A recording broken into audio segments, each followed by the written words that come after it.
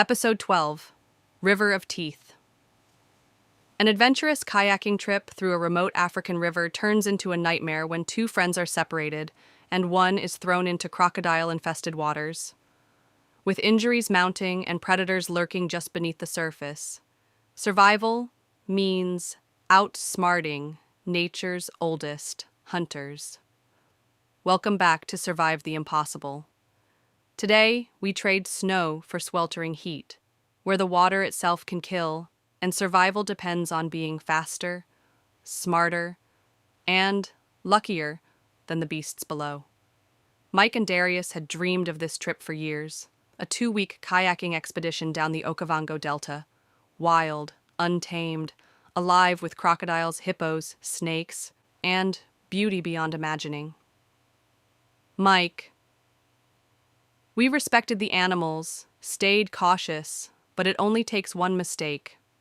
On the 6th day, a sudden flash flood upstream turned the peaceful river into a violent surge. The friends' kayaks slammed into debris. Mike was thrown clear, into the current. Hiraius. I saw Mike disappear, just swallowed by the river. Mike surfaced downstream, battered, bruised, and surrounded by dark shapes gliding beneath the surface. Mike.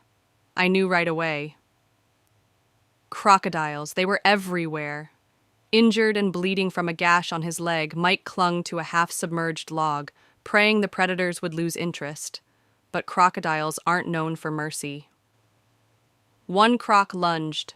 Mike kicked frantically, using his paddle to fend it off. He knew he couldn't outswim them. He had to outsmart them. Mike, I stayed as still as I could, like a floating corpse. Crocs like motion. Movement meant food. An hour passed, then 2. The sun scorched his skin. Dehydration gnawed at him.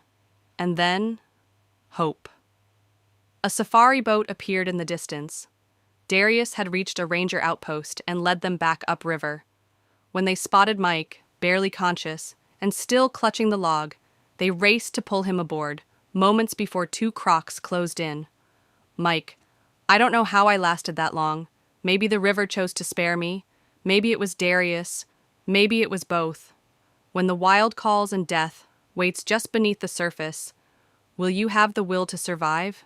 This was Survive the Impossible. Coming up next, a hiker lost in the Sahara Desert, with only a bottle cap full of water and a burning sun overhead.